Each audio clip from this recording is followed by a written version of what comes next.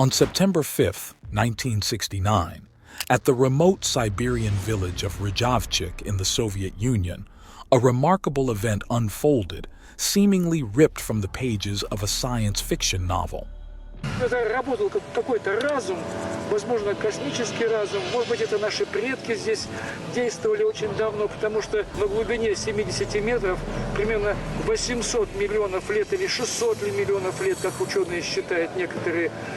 It all happened deep beneath the Earth's surface, in the dimly lit tunnels of a coal mine.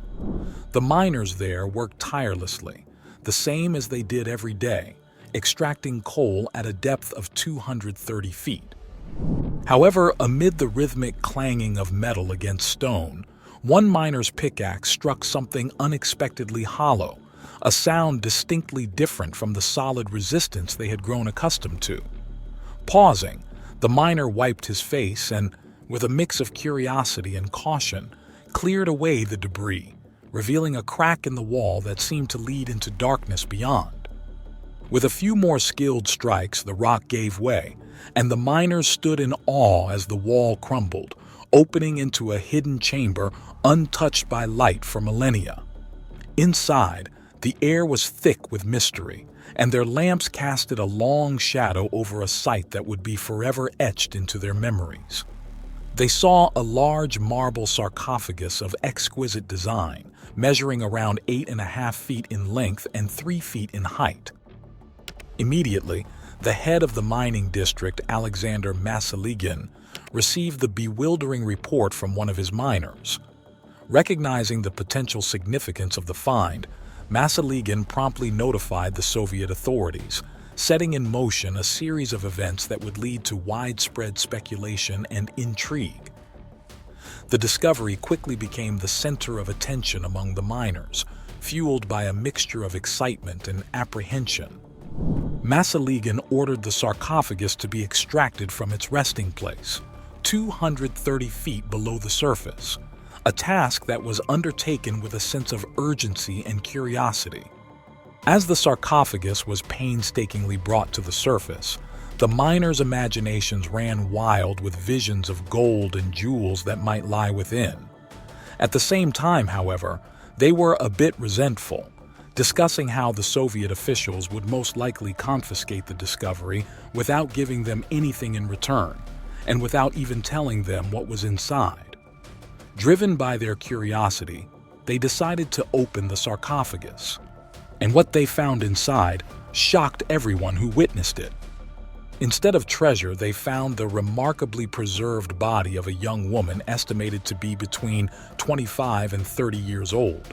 Выкопали гроб, начали крышку открывать никак не могли. Еле-еле, говорит, ее потом приоткрыли. В гробу лежала женщина. Ну, лет, может быть, под 30 с косой и глаза голубые.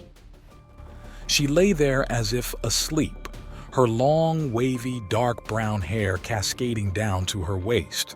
She was wearing a white dress that was strangely translucent, evidently made from a fabric not known to us. Surrounding her was a mysterious pink liquid, and beside her head was a small black metal box that didn't resemble anything the miners knew at that time. Many years later, however, with the invention and development of the smartphone, the witnesses of the event believed the black box next to the woman resembled a device similar to a smartphone. The woman's skin was remarkably smooth and clean with no sign of decomposition or age. Her skin was incredibly white, whiter than a person with albinism. She looked more alive and healthier than the miners themselves. In fact, everyone was amazed by her beauty.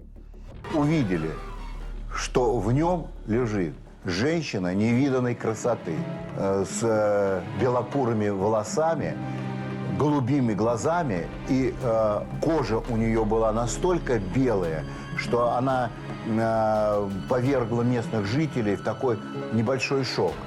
The sarcophagus stood open for many hours, and almost all the villagers came to see it. One reckless young man, driven by curiosity and perhaps the clear pink glance of the liquid, decided to amaze the people gathered around by dripping his finger into the pink substance and tasting it. It turned out to be completely tasteless and odorless. However, In a sorrowful turn of events, just a week later, his mental condition rapidly declined. His disorientation became so severe that he was unable to identify his own house, ultimately succumbing to the bitter cold of winter and freezing to death. His death wouldn't be the only one connected to the mysterious discovery. The beauty laying in the excavated sarcophagus soon became known as the Tisul Princess, with Tissul being the name of the district in which the village was located. Eventually, the high-ranking officials from the district arrived, along with police officers, firefighters, and military representatives, all descending to the site. Accompanying them were KGB agents in civilian clothes, arriving in a red helicopter. They immediately cleared the area around the sarcophagus, warning the gathered crowd of potential infectious hazards within. Their goal was to airlift the coffin with their helicopter and transport it somewhere where it could be analyzed. Attempts to airlift the sarcophagus proved futile, however, as it was too heavy. They decided to drain the pink liquid into special containers that would be transported separately, making the sarcophagus lighter. When they did that, something astonishing happened. When the pink liquid was drained, the woman's perfectly preserved and lifelike body underwent a startling transformation. The skin changed from white to black in front of the onlookers in mere minutes, making the princess lose her lifelike appearance. This led many to believe that the pink liquid and the sarcophagus itself had some kind of preservation properties that could maintain her body in a state of suspended animation. The Tissul Princess was eventually transported to Novosibirsk for scientific analysis. Several weeks later, a professor from Novosibirsk arrived in Rzhavchik to lecture about the unusual discovery in the mine. He disclosed that the preservation state of the princess was unlike anything previously encountered in the field of archaeology or paleontology. The liquid in which she was submerged had properties that defied explanation without any known parallel in natural or artificial embalming processes. Efforts to understand the age and origin of the sarcophagus and its occupant led to an extensive series of tests, including radiocarbon dating and other analytical techniques. However, radiocarbon dating, a reliable method for determining the age of organic materials up to 50,000 years old, was inadequate for the task at hand. The material of the sarcophagus, along with the preservation liquid and the princess herself, did not conform to the expected parameters. Scientists turned to other methods, analyzing the geological strata and employing more sophisticated dating techniques that could hint at the sarcophagus's age. The conclusion drawn from these analyses was nothing short of revolutionary. The data suggested that the Tissul Princess and her sarcophagus were approximately 800 million years old, a figure that staggered the scientific community and challenged the very foundation of human history. Such an age would place the princess not just before the dawn of human civilization, but before the emergence of complex life forms as we know them. This startling revelation prompted a re-evaluation of everything previously understood about the timeline of life on Earth. If the findings were accurate, they implied the existence of a civilization capable of creating the sarcophagus and the preservation liquid, a civilization that existed in a time when science had thought the planet was inhabited only by the simplest forms of life. The implications were profound, suggesting not only a rewriting of human history, but a complete overhaul of the evolutionary timeline itself. But this wasn't the only theory out there. Some believed that the princess was part of a contingent of extraterrestrial visitors who came to Earth from a different place. The completely white skin of the woman was believed to be a sign that she was from a planet with much less sunlight. The discovery of the Tissul Princess opened a Pandora's box of questions, theories, and implications. The story began to spread, and an article about the discovery appeared in the local newspaper. This, however, prompted a swift and secretive response from the Soviet Secret Service. KGB agents returned, ridiculing the story as nonsensical, instilling the idea that there was no such thing and no such discovery had been made. The agents also started confiscating all newspaper copies with the article. The professor who shared information with the people and the newspaper editor were both punished for daring to comment on an event the Soviet government was trying to hide from the world. After all, this was the peak of the Cold War. No one dared speak about the Tisul Princess again, not until the collapse of the Soviet Union. It was then that freedom of speech and independent media were established, and another article covering the discovery appeared.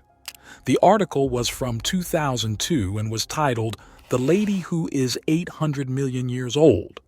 It appeared in the Khakassia newspaper and then in the Accompanying newspaper. The journalist claimed that this story was told to him by a retired colonel of the KGB, who had worked in the past in one of the secret departments of this organization. The story once again gained popularity. Currently, near the village of Rzhavchik, not far from the place where the sarcophagus was found, a stone with a memorial plaque has been installed.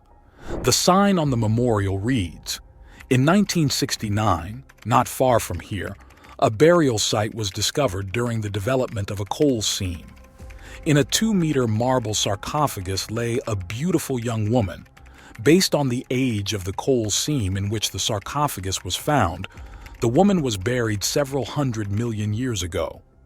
It was even discussed on Central Television, where eyewitnesses from the Rzhavchik village who saw the sarcophagus opening with their own eyes confirmed the discovery's authenticity. But there was more to the story.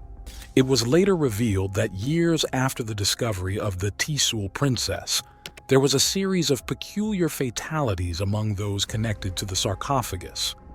Just 6 months after the KGB confiscated the stone sarcophagus, a wave of misfortune swept over the village of Rzhavchik, plunging it into a state of mourning. Tragedy struck relentlessly, beginning with Ivan Karnaukhov, the man who discovered the sarcophagus of the Tissul Princess. His life was cut short in a harrowing accident when his motorcycle collided with a truck. Так что вот Карнаухов был. Он вообще-то никогда не пил, по крайней мере, сколько я его помню.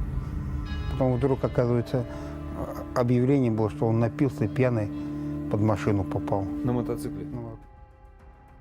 In a sorrowful continuation of calamity, a month after Ivan's death, a miner met his demise by drowning. The sole survivor of these ominous events was geologist Vladimir Podreshetnikov, who revealed that the discovery of the Tissul Princess was not the only one of its kind. In the summer of 1973, military forces once again descended upon the Tissul district, as recounted by Vladimir Podreshetnikov.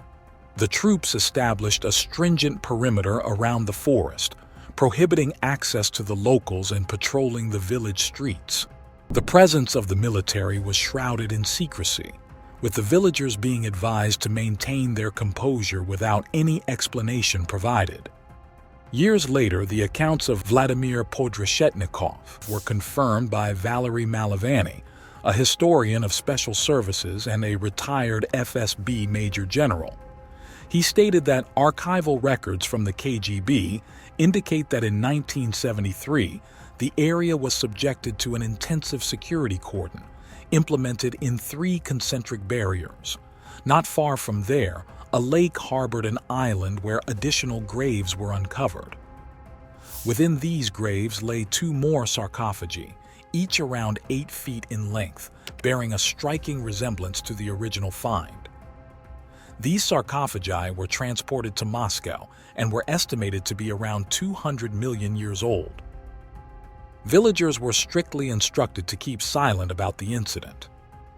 Из архивных источников КГБ СССР мы знаем, что в 1973 году этот район был жестко оцеплен в 3 слоя заграждения. На острове посреди озера отрыли две могилы, которым было по 200 миллионов лет. Reports indicate that mining operations continued in the quarry for a while, but only with newly assigned workers. Local residents were barred from entry. While some dismiss the story as a fabricated tale magnified by journalistic and public intrigue, others are convinced of its authenticity. Since everything about the discovery was classified and all physical evidence was confiscated and kept secret, we only have the reports of the still alive witnesses and the information disclosed by Valery Malevanny. It's a fact that there really was a large coal mine near the village of Rzhavchik during the 1960s, which was completely shut down in 1972 for unknown reasons. It's also worth noting that this area of Russia is where we can find the oldest coal deposits. It is believed that there were photographs and video recordings captured in the initial moments of discovery and during preliminary examinations of the Tisul Princess, yet they vanished from personal and institutional archives.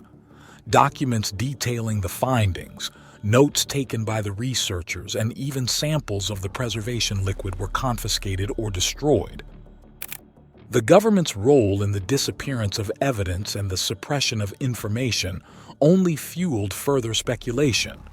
The lack of transparency and the apparent effort to erase the discovery from public consciousness led many to question the motives behind the intervention.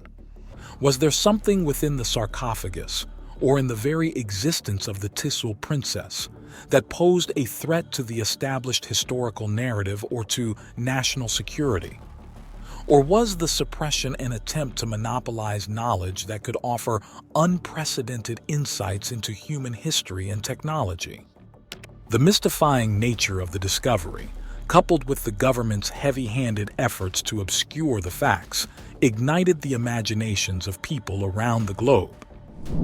Without tangible evidence to guide interpretations, the narrative of the Tissul Princess became a canvas upon which a myriad of theories were painted, each offering a different explanation for her existence and the advanced technology that seemed to accompany her. One of the most prominent theories suggested the existence of a sophisticated ancient civilization, far predating any known societies. По всем внешним признакам можно сказать, что она не инопланетянка, а скорее всего представитель древнейшей цивилизации, которая могла стать прародителем всего человечества. Proponents of this idea pointed to the advanced materials and techniques implied by the sarcophagus and preservation liquid as evidence of a lost culture with knowledge and technology far surpassing that of contemporary humanity. This civilization, they speculated, might have existed on Earth in a period when mainstream science believed the planet to be uninhabitable or only capable of supporting simple life forms. The Tissul Princess, according to this theory, was a member of this ancient society, perhaps a figure of great importance, preserved for millennia through means lost to time. Какой-то катаклизм или еще что-то, цивилизация погибла, и вот как раз она осталась напоминанием, что жизнь на Земле была до какой-то великой катастрофы. Придет время, и она проснется. Others believe that the dating of the discovery was wrong, that the princess was not 800 million years old, but around 50,000, which would still make the discovery groundbreaking. There are also those who speculate she might have been an extraterrestrial from a crashed spaceship, suggesting she could have been in suspended animation, with the metal box beside her serving as a timer for her awakening and a means to return to the surface. Supporters of this theory argued that the materials and methods used in her preservation were beyond human capability at any known point in history, suggesting an origin not of this earth. The seamless preservation and the material of her dress, together with the black box, which had no known counterparts in human technology, were cited as evidence of extraterrestrial influence. This theory often intersected with ideas of ancient astronaut visitations, which proposed that human history has been periodically influenced by contact with alien civilizations. The questions raised by the disappearance of evidence and the silencing of witnesses remain unanswered, adding to the mystique of the Tisul Princess. The absence of tangible proof and the efforts to discredit those who had seen the artifacts firsthand have transformed the discovery into a modern-day legend, a story that continues to captivate and provoke debate. What do you think about the Tisul Princess? Tell us your theories in the comments below. If you want to learn about another incredible discovery from Siberia, you can watch our video on the Gornaya Sharia monolith, a massive wall with stones weighing up to 3,000 tons. The link is in the top pinned comment.